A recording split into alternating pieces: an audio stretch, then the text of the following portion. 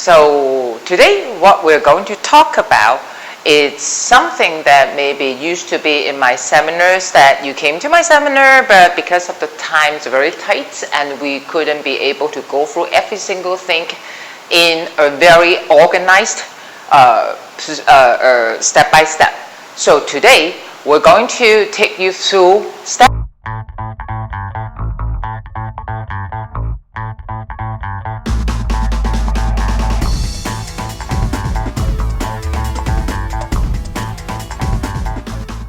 I know that a lot of you having a dream to own your own business. It's not easy, but if you take step by step carefully and plan it well, everything will be just sorted out fine. Okay, so maybe you're already having your own business. That's okay, because there is also some details inside this whole step by step for new entrepreneurs that it might help you to evoke or change your business in the next future. So let's start today with the first step. Now, when we have a dream to own our own business, what is the most important first step we need to? Well, I have been hearing people saying that, oh, some people, they change their position and they change their mindset.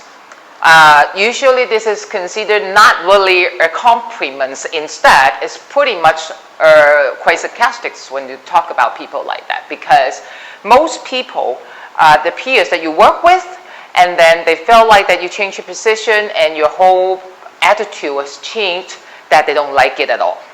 Now, whether this is good or not, but the truth is when you have a new positions, you really do need a right mindset, a new mindset for that. Why did I say that? Well, let's give you an example here. For example, a student in college that they aim to become a teacher after they graduate from college. Okay, so student in a college is a student. Teacher is a different position. So let me ask you this. Should the student's mindset same as the teacher? No, of course not. Because a student, they should be open-minded, try to absorb as much knowledge and information as they can every day to learn, to grow. And as a teacher, it's actually the person that's going to deliver all this information and all this knowledge to the student. So one is taking and the other one is giving. Definitely the mindset should be different. So changing a new position really need to have a new mindset. Let's get back to our business. When you were in business, you were used to be an employee, that employed by somebody. Okay, now you're going to be an employer, that you're going to take care of other people. So this also need a different mindset when you have this change. What is the major difference in here? It's you have to have a mindset preparation. That's the very first step. Physically wise, when you change from an employee to an employer, the biggest change is an employee will get paid every month on a set payday. Okay, so you only have to work hard, then you make your money, and then you get your money every single month and the same day. What about an employer? An employer has to be ready to pay, meaning not only paying the salary for your staff, for your employees, but also for example, like your rents, your electrical bills, water bills, products and tools that you need to run your business. That's all about giving out. So first thing first, you got to be ready to give more. Physically wise, you give more money, you spend your investment into your business, hope that you can build a money-making, a profitable business. Now, besides money, what else that you will need? Also, a same mindset. You need to learn how to give first before you can get. And why do I say that? In leadership, leaders is not a position. Leader is not just a title. Leader is considered the person that needs to empower others and give others support and encouragement, of course appreciation too, to lead your team. Now, in our life, You are the leader of yourself. Leadership is not talking about some high level executives or something. It's talk about everyone could be a leader if you realize that. All of us are having the ability to become a leader. Okay. In my own personal experience, I've been seeing good leader and bad leaders. Now, only follow the one that you think they are good, because if that's type of leader that you want to follow, then become one of them. Okay. So in here, we will look into what we call lead by example. Personally, I have a very good experience when I was running one of the biggest hair salons in Hong Kong, which we have over 100 people working in one single salon. Now you think about it, it's really crazy, because in one space that you have 100 people running around and working there, it is really crazy.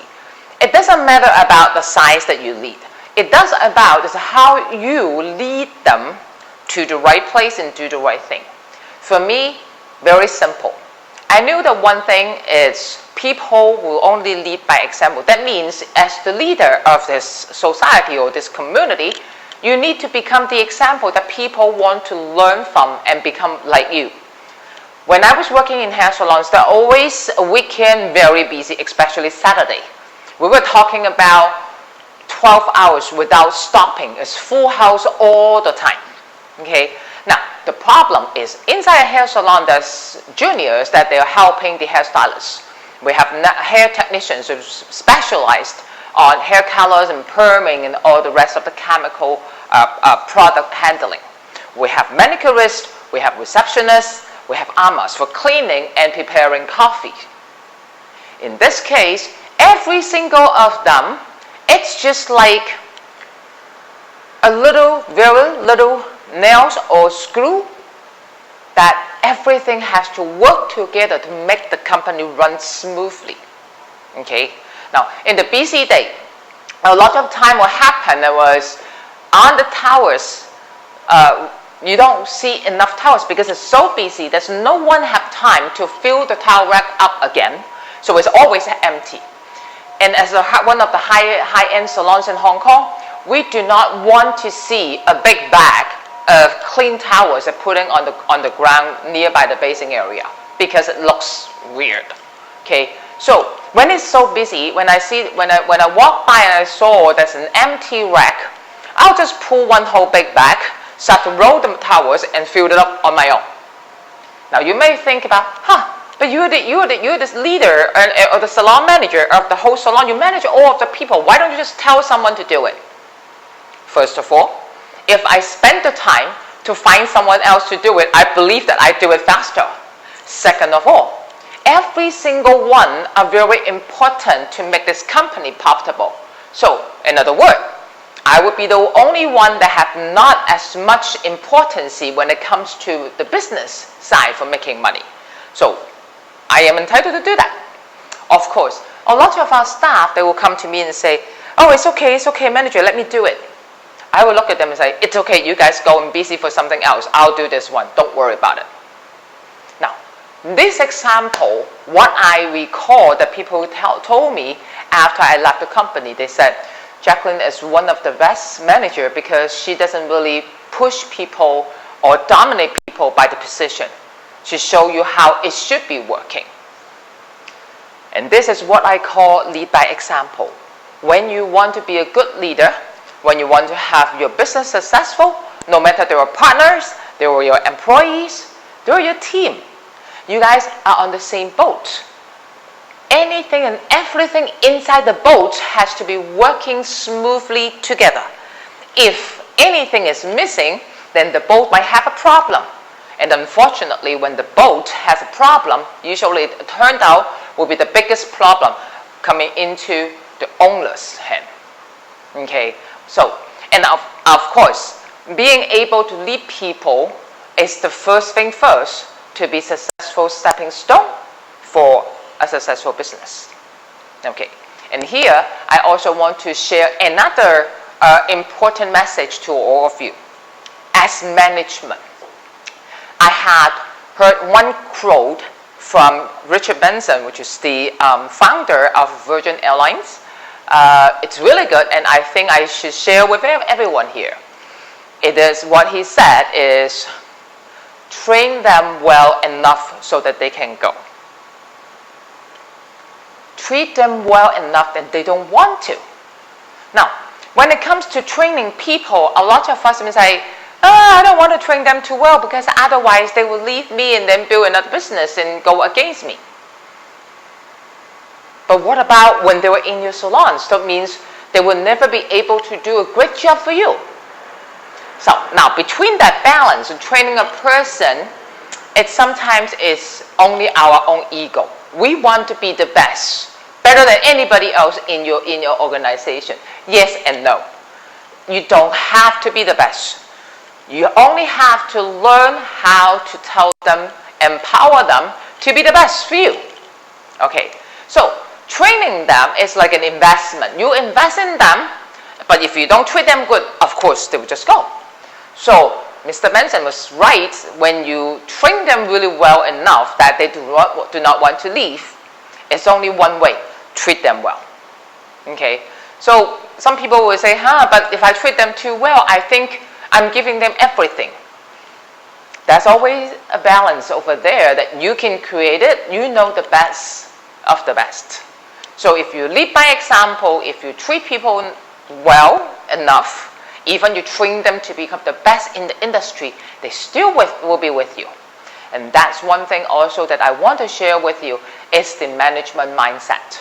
Okay, so when your mindset is ready, what would be next?